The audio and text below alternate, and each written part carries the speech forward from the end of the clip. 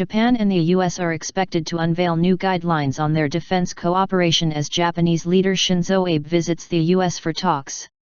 The guidelines are expected to clarify US support for Japan in any Asian conflict and bolster Mr. Abe's attempt to strengthen Japan's military muscle.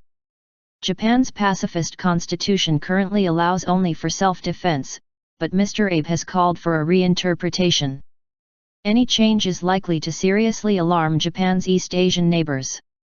Mr. Abe was set to visit the site of the 2013 Boston Marathon bombing on Monday before traveling to Washington ahead of talks on Tuesday with President Barack Obama. But before this meeting, the new defense guidelines are expected to be released as part of talks between U.S. Secretary of State John Kerry and his Japanese counterpart Gen Nakatani.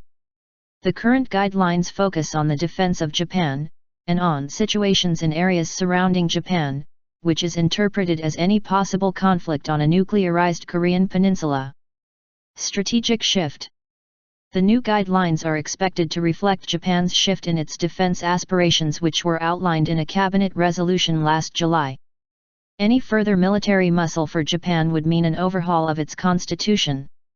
The cabinet resolution and legislation being crafted now have gone right up to the limits of what is possible under the constitution as it is now, Reuters reported. Hajime Funita, head of a ruling party panel on constitutional reform, as saying, "The US says that it would welcome an emboldened Japan.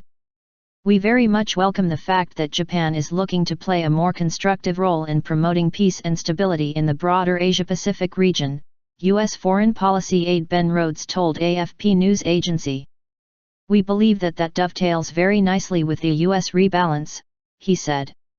An opinion poll released on Monday by Japan's Sankei Shimbun newspaper showed 49.5% of Japanese voters opposed legal changes that would allow the Japanese military to fight abroad.